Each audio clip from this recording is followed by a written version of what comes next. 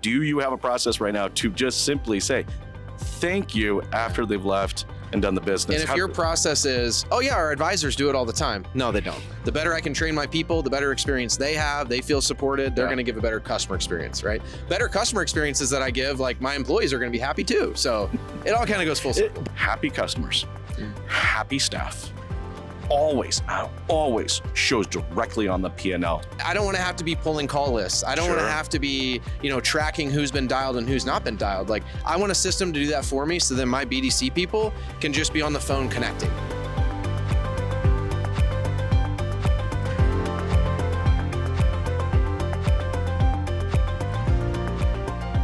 Hey, what's going on, Automotive Nation? It's Jason Harris here, and thank you for joining me on an episode of Shift into Profit, where I get to talk to, well, everybody and anybody I want to talk to about what is required to get our business into a more profitable arena. I have the one, the only, the oh so famous, he did pay me to say, no, I'm just kidding, guys, he did. I'm Austin Conroy with me. What's going on, bud? What's up, man? Good to meet you at the show. Good to meet you in person. I get to see you shift into podcast mode. Is this the first time we've met in person? I think so. That's insane. Yeah, I'm used to seeing you like with a screen behind you. Right? that's so funny. You know what? Isn't that funny? Like we'll know each other online for a long time. We'll do podcasts together, and it didn't even click to me like this is the actual first time we shook hands. It's the beauty of social media too, because like I feel like we've met before because I've seen your face and like I know what you look like. That's the beauty of it. We were talking about that at the show because there's vendors I'll connect with. I do business on a daily basis with these people. Yeah, you talk to them on a regular basis. Never met them in person. And then you do, and you're just literally like, never. You didn't even think about it. A couple of our vendor partners I'm going to see after this, and it's like, man, it's just to catch up and hang out. And that's the fun part of the show. So there's business to be done as well. We're looking for profit opportunities, but that's a side effect of it. Well, we are looking for profit opportunities. We're here at NADA 2026. What a crazy show. Thank you for taking the time to come jam with me. Hey, Austin, real quick, for everybody out there watching and listening who maybe don't know who you are, let's kick it off, a little origin story, how in the world you got started in this crazy little world we call the automotive industry. Yeah, I always say, I'm a husband first, a dad second. I got 4 kids at home. I miss them dearly. I'm going to get a bunch of swag for them. There you go. I heard there's going to be some Legos here, so I always start with that. Professionally, I got in the car business. I work for the Roman Automotive Group now. Worked my way up through sales, and now I'm on the fixed ops side. So I'm a fixed ops director for multiple stores for them in a collision center, which I love the collision business. So we can talk about that at a different time. Absolutely. And then I also have a social media brand called Dealer Plate Guy. So you guys got to check out, by the way. Kind of debuting the logo for the first time. So is this the new logo? Yeah, I kind of. Dude, I'm digging it. It's not bad. It's like first pass at it. So I like it. I like it a lot. I kind of designed it myself. So a local company did it. So it is what it is. Got a little swag, but so that's kind of who I am in a nutshell. That's awesome, man. All right, hey guys, for everybody out there watching and listening, we're going to get into some great topics. Really kind of talk about, Austin, what you think we should be doing as an industry right now to really shift our way into more profitability. Yeah. Like, I know that you have tons of experience in leadership and training people. I know you work a lot with many different technology providers out there. Yeah. And I know what we've jammed before, hardcore, talking about serious processes. So when you kind of think of it, kind of a people, process, technology, what's the first area that you're drawn to for this next year? Yeah, it's funny because the social media is like a lot of entertainment type content, but I love getting deep down in the weeds. One of my passions is managing people and managing processes, as you talked about. I mean, that's fixed ops in a nutshell. But what products I'm looking to find at the show, there's a lot of vendors that do similar things. Sure. But there's going to be that one-off little piece that they have that nobody else does. So that's what I'm looking for. I'm looking for technologies that's going to support my staff and free them up to do the things that I want them to do. So for service, for instance. Yep. I'm looking for automated tools or platforms that's going to help them connect with people.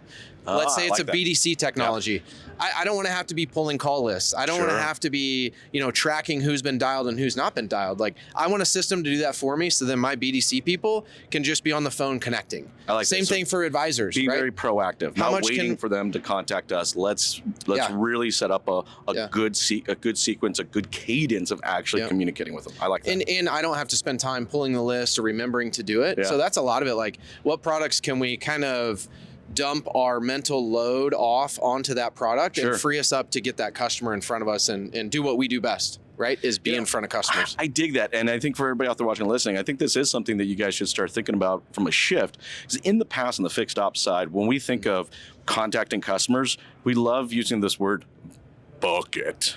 bucket. No, anyways. But no, like we put customers into like these buckets, and then we call them on a specific message that's related to that bucket. I think that with all the advancements in technologies and just the advancements in our processes, that it's like we can get away from the bucket place and have just real conversations about it. It doesn't have to be a, hey, I'm calling you because we have a special of 50% buy one get one free, and if you do this and you pull your leg behind your back, we'll give you one of the it doesn't have to be like that. It can be real conversation. And we're always like, as dealers, we're always there's never a give mindset. Like we're never giving back to the customer. Yeah. We're always asking. That's a good point. Some of the best calls that we have are thank you calls. Hey, thanks for coming in for service, right? And so I know that that's more of like on the process side of it, but we have tools. Dude, that's a really good process. We have tools that can like I want to go down that rabbit hole because how often, guys, if you're watching this, like, do you have a process right now to just simply say thank you after they've left and done the business? And if your process is, oh yeah, our advisors do it all the time. No, they don't. Like, do you truly know? And this is one thing I'm just going to get on my soapbox because I've been really upset lately. Yeah. Fixed ops directors especially will say things that I know are not true. I don't like that. Yep. Right? So like, I'm from the show me state. I'm from Missouri. So you got to show me, right? I say my advisors making thank you calls. They weren't. Like, we have a gal for that. She's off site even. She makes phone calls. She's like a third party. She'll be on the phone with people for 30, 40 minutes. And these are customers that we would have lost, but because they have someone talking to them, right? Yeah. So all that to say, though, that's supported that's actually a good point real quick. Supported by technology. I like that because think about this, all right? I came into the service department. I had an experience. Yeah. Maybe it wasn't a great experience. Yeah. Right? Are you going to look someone straight in the face at that very given moment and say, this sucked? Yeah. You're probably just going to pay your bill, check out, walk away, and say, God, I'm never coming back here. But this beautiful process that you have of having someone who's not at the dealership, but affiliated, obviously, calling to ensure that gives now that customer an opportunity to really describe in full transparency. I like that. Perfect example, and this is part of the show me thing. Yeah. We had a thank you call to a customer the other day, and they said, yeah, I had a fine experience. I was a little confused, though, because I paid for a full alignment, but they said they couldn't adjust the rear camber without bolts and hardware. Okay. So I'm kind of confused why I still paid for a full alignment. But they paid for it. See, that's the kicker, right? So I'm thinking about this. They paid for it and didn't say anything. Go ahead. When that customer goes for their next service, are they coming back to us? Probably not. No.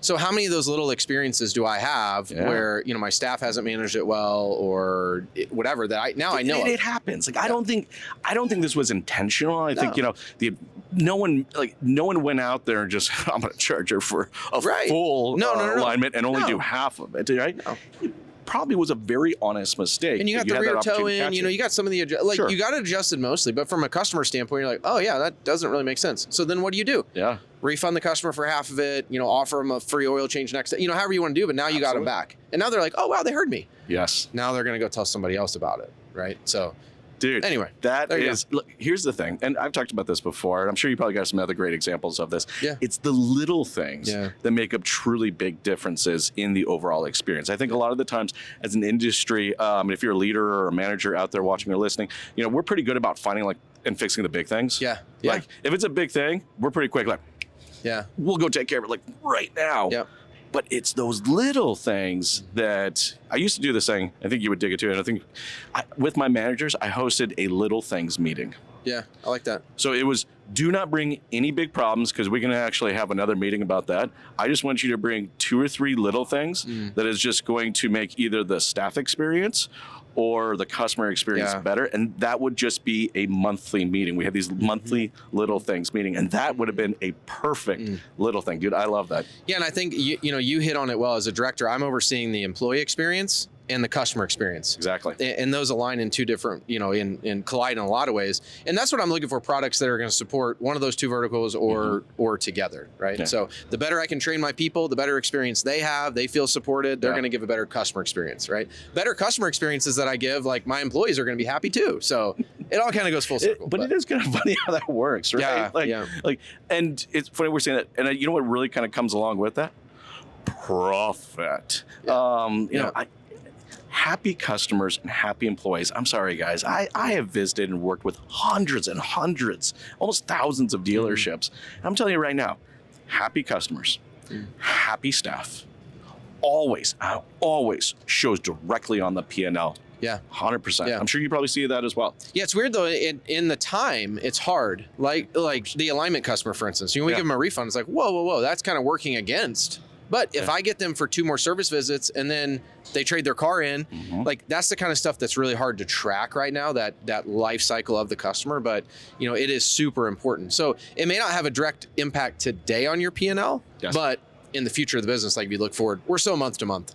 Well, what I love about this is not only does it really kind of capture that customer. Look, I find rabbit holes, dude. So I'm finding a rabbit hole, and I'm totally going down this, right? But not only is this really ensuring the customer's coming back, but now you have that feedback to take back to your staff and just say, hey, Susan, this kind of came through. I don't think you did anything wrong. Sure. It's just we should double check and maybe communicate it this way next time, which it's just always evolving better experience. And so part of my trainings, when we do quarterly trainings with the team and we get them all together, I always pull out 5 or 6 bad reviews and we train on it. Sure. Because, it's true customer feedback. And everyone in the stores is like, oh, that customer just can't be made happy. Okay, well, put yourself in their shoes, right? Because it's perspective. It's always perspective. I go back to the alignment customer one. That was just their perspective. I would be kind of confused too of why he handed me a sheet back that not everything was adjusted perfectly and still charged me for the full rate. It doesn't make sense, right?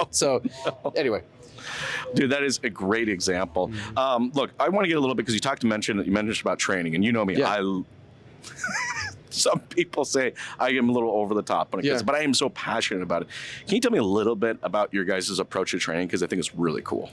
Yeah, so we actually built our own learning management system in-house. And so there's a lot of us that, whether from vendors and different products that we use, or training on selling different things or providing a great customer experience, we've created these modules. And so we really bootstrapped it. It's taken a couple years to get to this point, but that's our approach to training. And then we have regional meetings 3 times a year now for the big ones. Yeah. We get everybody together. So I'll have advisors and service managers in one, and we'll go over a couple different classes. Half of them one day, half of them the other day. And then this year we're taking it even further. So we have a program, Store of the Year program. So depending on how you rank within that program, you're going to be either on a monthly cadence of training or that quarterly, 3 times a year cadence of training. So, and we're not trying to take people all day out of the store. I mean, these are, let's get us off site for an hour. Let's have a little lunch and let's hit on a topic, that we need to take back to the store. Little thing right there. Measure the accountability. Super important, right? Yeah. I think, and I'm with you. Again, what a great little thing. If there's something you guys should take a quick note of, training outside of the dealership is, I would say, 2 to 3 times more impactful because, look, face it, right? There is so much going on in the dealership. Yeah. I'm getting paged over the call, or customer needs this, or another manager's got to pull me away. Taking them, I think that's not take them out. That different environment really allows you to go deep. Yeah, get them off campus, and it's like a 30-minute sprint, 20 to 30 minutes. Boom, let's take a quick break. Dude. Another 20 to 30 minutes. Boom. Let's take a quick break. So that's how we like. That's how we like to love that. Hey, look, I know we're getting towards the tail end of our time, and boy, you guys are doing some amazing things around people, around process, around technology to really shift your business into a higher level of profit in 2026. Dude, thank you so much for taking the time with you, Anthony. But for everybody out there watching, listening right now, who'd love to connect with you, maybe learn a little bit more about what you're doing with dealer guys. You have to follow him. Okay, I'm curious. Is it TikTok, Insta, what's the big one for you? TikTok, Instagram, Facebook. Got the YouTube. I started posting on YouTube now too. Good. So same videos. It's the same content, but on all of them. So I just hit 100K on Instagram and 100K on TikTok. Congrats, man. And then Facebook's 125K. And then YouTube, awesome. I don't know, 12,000 followers, something like that. So yeah, it's been great. It's happened really quickly, and it's fun to be able to support the dealer community with that. Getting messages say, I was having a bad day. I saw one of your videos. It made me laugh. I had a better day. That's why I do it. It's fun. You guys got to go online. Check it out. Dealer Plate Guy. Yeah. Austin, man, thank you so much for taking the jam. Yeah. This has been a blast. Have a good show. Thank you. For everybody out there watching and listening right now, we appreciate you. One of the biggest compliments you can give us as content creators is share the show. Yeah. Right? Look, I'm not going to ask you to smash the subscribe button or up or cut the like button, because frankly, I know you're not going to do it. But if you have a manager or a friend that needs to see some portion of today's conversation, share the show. It means a lot to us. Thanks so much, Austin. Yeah. Thank you guys for watching. You guys have yourself an amazing day.